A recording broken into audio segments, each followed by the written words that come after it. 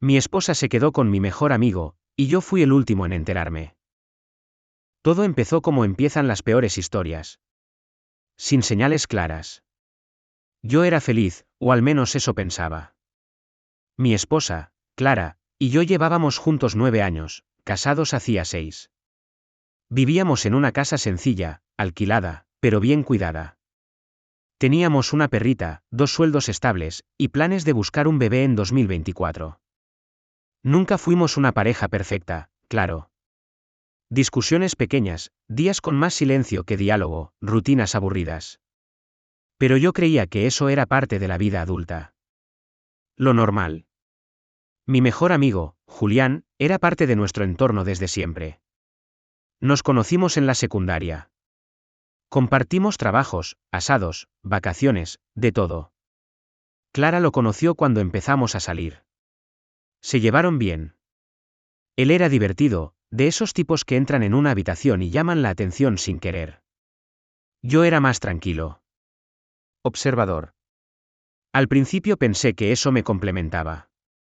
Después, empecé a dudarlo. Los primeros signos de alerta llegaron sutiles. Una noche, después de cenar los 3 en casa, vi cómo Clara se reía de algo que él había dicho. Una risa que no le conocía. Larga. Cómoda. Íntima. No le di importancia. Era mi amigo. Era mi esposa. ¿Qué iba a pensar? Pero empecé a notar cosas. Ella tardaba más en responderme los mensajes, pero respondía los suyos al instante. Tenían bromas privadas que yo no entendía. Y, lo más extraño, cada vez que nos peleábamos, él aparecía al poco tiempo, con el consejo perfecto para ella. Una noche, mientras Clara dormía, vi su celular sobre la mesa de luz. No soy del tipo que revisa teléfonos. Nunca lo había hecho. Pero ese día, algo me hizo hacerlo. No encontré nada. O al menos no en los mensajes. Lo que encontré fue una carpeta de fotos borradas en la galería, en la papelera. Ahí había una selfie de ellos dos. No comprometedora, pero demasiado cercana para ser inocente. Y tomada el mismo día que me dijo que iba a cenar con las chicas del trabajo. No dije nada. Esperé. La duda me carcomía, pero no tenía pruebas claras. Y enfrentarla sin eso, me parecía un suicidio emocional. Un mes después, pasó lo inevitable. Fui a casa de Julián sin avisar. Le debía plata, y había dicho que me la iba a dejar en la semana. Golpeé. Nadie respondió. Me estaba por ir, cuando escuché una carcajada adentro. La reconocí. Era ella. No lo dudé. Toqué el timbre sin parar. Pasaron 10 segundos. Después, la puerta se abrió. Era Julián. Despeinado. Sin remera. ¿Cara de dormido, o de culpable? Detrás de él, vi la cartera de Clara sobre el sofá. No hizo falta más. Me miró en silencio.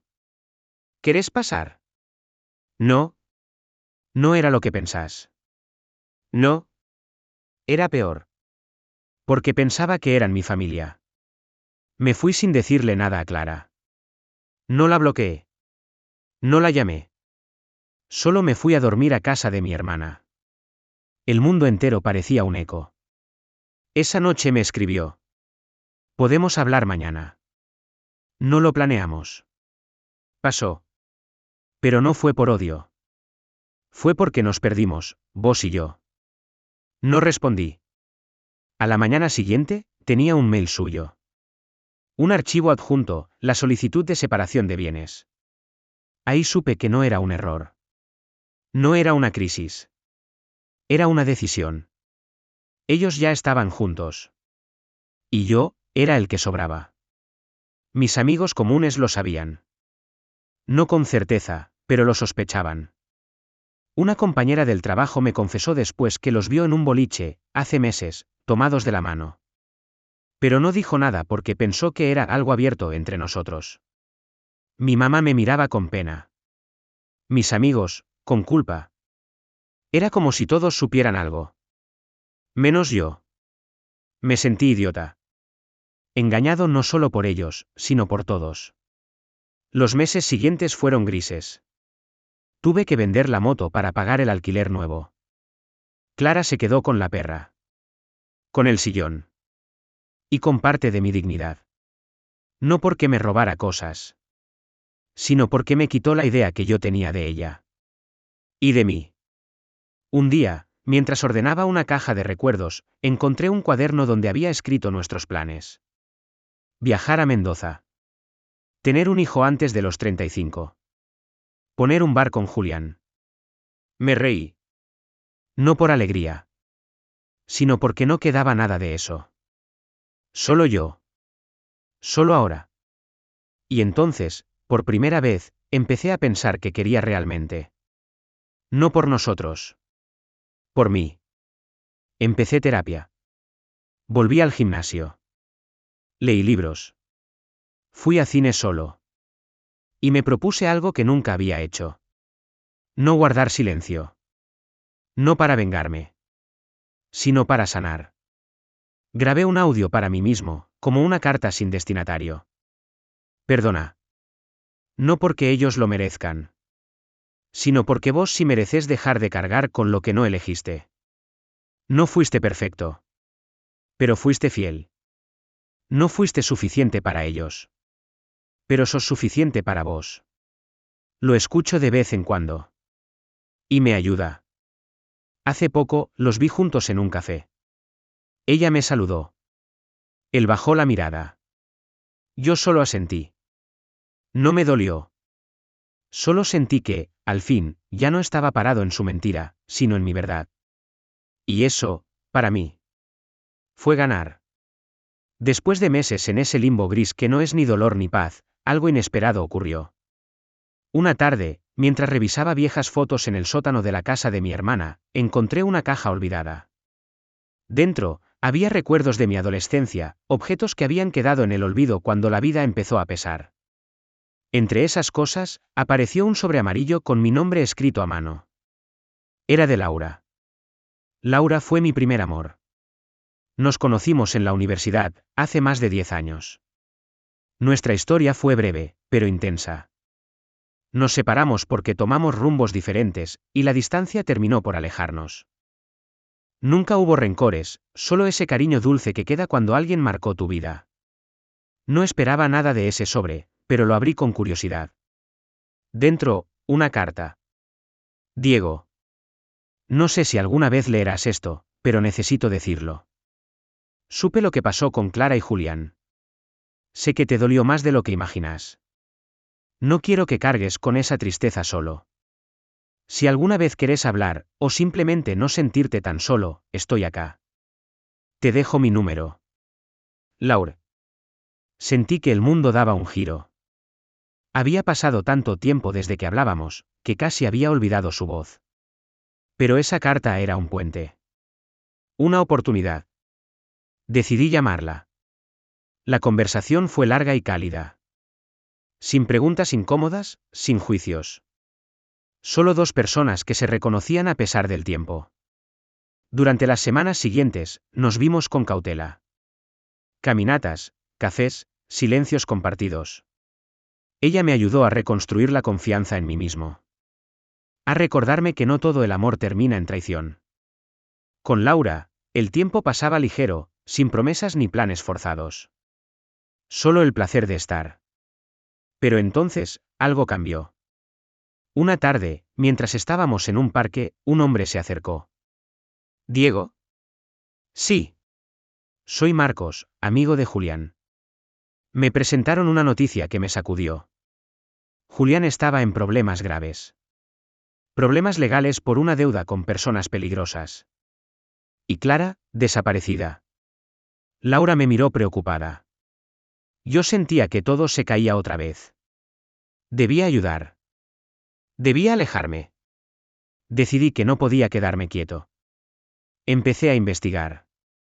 Hablé con conocidos, con amigos de Julián, con gente del barrio. Lo que descubrí fue una red de mentiras más profunda de lo que imaginaba. Clara no solo me había dejado por Julián. Había mentido sobre su trabajo, su familia, incluso sobre sus amigos. Y Julián estaba hundido en un mundo que yo ni siquiera conocía. Sentí que tenía que tomar una decisión. Perdonar y tratar de salvar algo. O cerrar esa puerta para siempre. En esa búsqueda, conocí a Ana. Ana era psicóloga, voluntaria en un centro comunitario. Nos cruzamos en una charla sobre rupturas y reconstrucción. Ella me enseñó que el perdón no siempre significa volver atrás. Que a veces es un acto de amor propio. Y que seguir adelante también es sanar. Con Ana, empecé a comprender que no estaba solo. Que podía elegir mi camino, sin arrastrar el peso del pasado. Mientras tanto, la historia de Clara y Julián seguía su curso. Un día, recibí un mensaje anónimo. Si querés saber dónde está Clara, te conviene hablar con este número. Era una dirección. Fue. Allí me encontré con Clara, en un estado que nunca imaginé. No era la mujer segura y distante que había dejado atrás. Era vulnerable, perdida. Me pidió perdón, no con palabras, sino con lágrimas. No fue un momento fácil. Pero algo dentro mío cambió. Por primera vez, pude mirar a Clara sin odio.